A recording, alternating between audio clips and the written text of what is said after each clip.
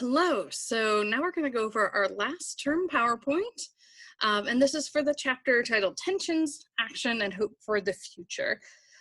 So hopefully this gives you some great ideas about where you can go from here. Typically when I teach a class like this, people get angry sometimes. They get excited about working forwards. And so in addition to what's in your chapter, I have included extensive lists of potential resources of organizations you can volunteer with, donate to, etc., in your module. So which concerns are more pressing? This is going to really vary based on which feminists you talk to. There are definitely race-based disagreements, and these go back to the mid-1800s, the original talks among feminists, Black women saying we need to end slavery, and white women being like, oh, we need to do the right to vote first. And like, why couldn't they have worked on both, right? So Judith Butler has argued that maybe the unified category of women doesn't actually exist because of the power inequities among the different intersectional identities, right? So we need to really think about what does it mean to be a woman and how do we help everyone and not just white women, right? Can men be feminists? This is a controversy. So I personally think men can be feminists, but some people, and including men, argue they can't and that they can be feminist allies. Is that just a thing of terminology?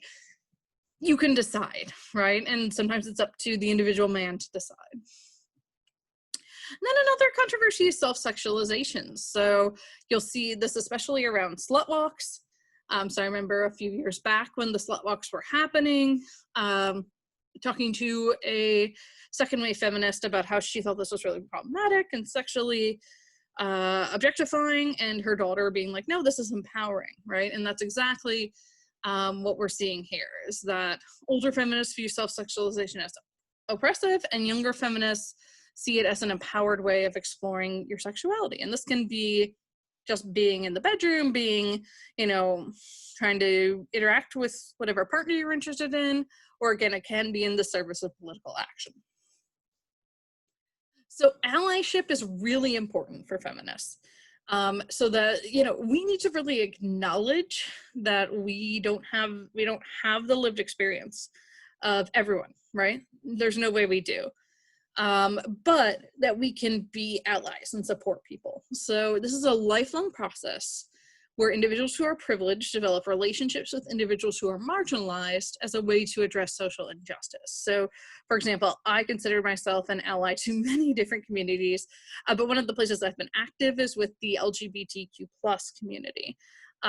So I've helped in very tangential ways. I don't want to take any of the credit for it, but for example, things like getting trans-inclusive policies at Virginia Wesleyan.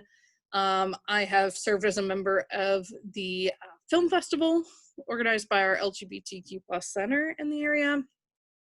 It's something I'm very passionate about, and I try to advocate for both in my academic and my social work.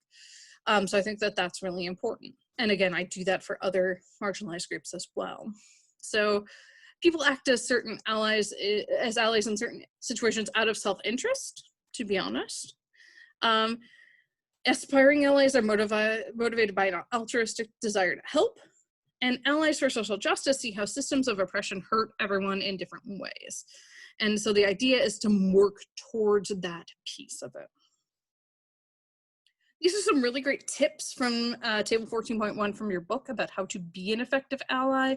I think the number one is what they put at the top here, acknowledging your privilege. This is really hard to acknowledge that, like, yeah, you have privilege that other people don't have. I am privileged because I am a white, cisgender, heterosexual, upper middle class woman, right? And so I have experienced things that I would not have been able to were I a woman of color. Oh, I'm also able-bodied, right? So if I had any sort of differing ability, that may have led to a different lived experience, right? I haven't experienced what Black, Indigenous, people of color have experienced. I haven't experienced what, living life as a lesbian, bisexual, or transgender person has experienced. So I think that that's really important to acknowledge. And it can be really hard because some of us that haven't had great lives, right, think like, I don't have privilege, but you do over, you know, other people. And it's really hard to acknowledge. And even people in certain minority status groups have privilege over other minority status groups. And that's also really hard to acknowledge, right? So you want to give credit to others. So for example, like I said, I don't want to take any credit for the trans inclusive policies. That was all Dr. Casey and the members of Spectrum, who were fantastic, right? And I just tried to help when I could to be an advocate. Being a good listener. And now one thing I want to say is being a good listener does not mean making the people in the marginalized group do the emotional labor of explaining everything to you. You have Google, you have this book, right? You should do your research and not make them explain their history of oppression to you, but then just listen when they need someone to vent to. Take action. Action is essential, and this could be, again, volunteering, this could be going to a march, this could be something as simple as donating. So one of the things I've done this year is donated to a couple different causes that really make a lot of sense to me. There's a cause that specifically works for advocacy for therapy access for women of color. And obviously as a clinical psychologist, that was something that really appealed to me. So I donated to that organization. Avoid self-labeling. So you don't get to decide if you're actually doing a good job as an ally, right? The people in those groups get to decide.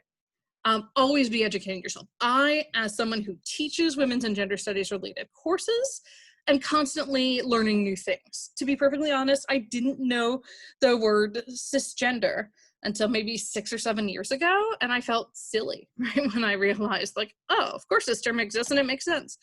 Similar this year, so I've always just referred to, you know, people of color or by specific races. So learning the term Black, Indigenous, people of color, right, BIPOC, or however people actually, BOPOC, right? I've heard different pronunciations. That was new to me. And so again, I have to educate myself. I have to learn about the new terminology, and I am always willing to learn and acknowledge when I make a mistake.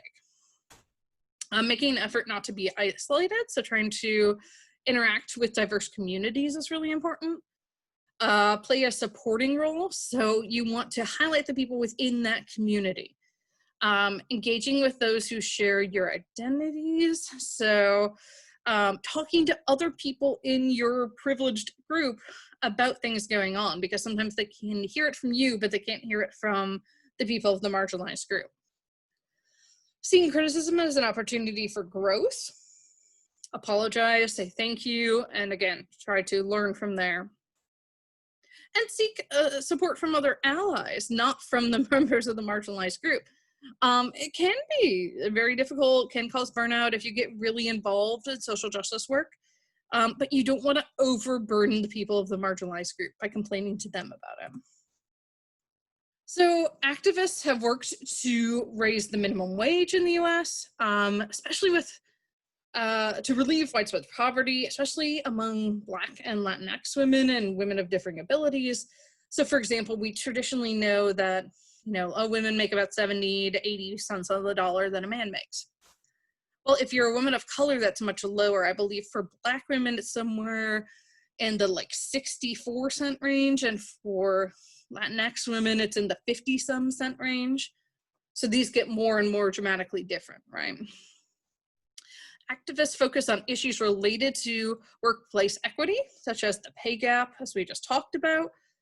So something like the Lilly Ledbetter Fair Pay Act allows workers to just compare their salaries and realize when someone in a non-marginalized group is getting paid more. Paid leave. Okay, this is really problematic, and I think we've talked about this already, right? The fact that it's only like America and Papua New Guinea that don't have any paid maternity leave is horrifying, right? And a lot of feminists are also working for paid paternity leave. And then affordable childcare. Childcare is expensive, y'all. I don't think I realized how expensive until I actually had a kiddo. But like, I pay as much as I paid for my apartment in grad school for childcare for my kiddo. I just sort of like wrap your heads around that. And some of you may have kids and be just like nodding along, right? So it was actually really available during World War II because the women had to go to work in the factories to support the war efforts, right? But then after that, they're like, oh, the women are home, so it's fine. And it varies state to state. We also want to think about intersection. And so an example here is reproductive justice. So again, as we've talked about before, this doesn't just include abortion rights. It includes things like queer rights, environmental justice, youth organizing, immigrant rights, ending violence against women, workers' rights, and educational justice. So environmentalism is one good example here. So ecofeminism is a movement in which environmentalism and feminism are seen as connected to the patriarchy. So some examples here include Standing Rock, so protesting the Dakota Access Pipeline. You'll see No DAPL, right? Cleaning waterways, supporting marginalized people impacted by natural disasters, because they're usually disproportionately affected because their homes are in places that aren't as protected. Sometimes they don't have the resources to leave, right? When these natural disasters come. And then advocating for legislation to protect the environment and reduce climate change. There's a lot of joys in feminism, but it can be, there could be perils of activism as well. So you can feel really empowered. It helps people feel part of a group. But as I mentioned before, you can get burned out. And that can lead to infighting, and you can become overworked and disillusioned. And some of my interns, for example, have experienced this and find it really disheartening. So what do psychologists do? So we get involved in a whole bunch of different ways. So psychologists might advocate, their organization. So women in psychology have advocated within the American Psychological Association for things like a task force on the sexualization of girls. And then psychologists will do things like try to increase women's participation in science, technology, engineering, and math. So teaching girls and women about stereotype threat, giving them mentors of female experts within STEM, and then what's called stereotype inoculation. So identifying with role models that can actually protect people against negative stereotypes. And then try to work on institutional change to create a welcoming climate for women within the STEM fields. And again, this is more so for women of color, other marginalized groups within STEM. So for example, one of the things that I've seen discussed on Twitter is white women in STEM talking about how like they'll be mistaken for a graduate student when they're a professor. And the Black women in STEM being like, that's nice. We get security called on us because people think we don't belong there. Okay, so really thinking about those types of issues. How do we change thinking about who belongs there, right? Consciousness raising among young people. So SPARK is an example here, sexualization, protest, action, resistance, knowledge. And so this tries to persuade media companies to better represent girls and women. There's another example of the Georgia Safe Schools Coalition, teaching youth how to advocate for safe and affirming school environments. And you'll see this in a lot of different ways at different schools as well. And then Beatrice Wright is someone we should be very aware of. She published the first theory-driven psychological approach to understanding the experiences of people with disabilities. And she really worked on language usage. So psychologists will traditionally refer to people now as clients, not patients. Patients implies a very passive role where the doctor is going to come in and fix you, whereas a client is someone who's actually involved. And then disabled, or you'll hear me use things like differing abilities versus handicap. Can be really important. There are also really great resources. Some of them are on your syllabus for your virtual events. So for example, Psychology's Feminist Voices is a fantastic website that compiles stories of women in psychology, which is great. So I hope that this has been helpful. I hope that you've enjoyed this class. I hope that you do have a fire in your belly to keep things going, and I hope that this gave you some ideas. Best, y'all.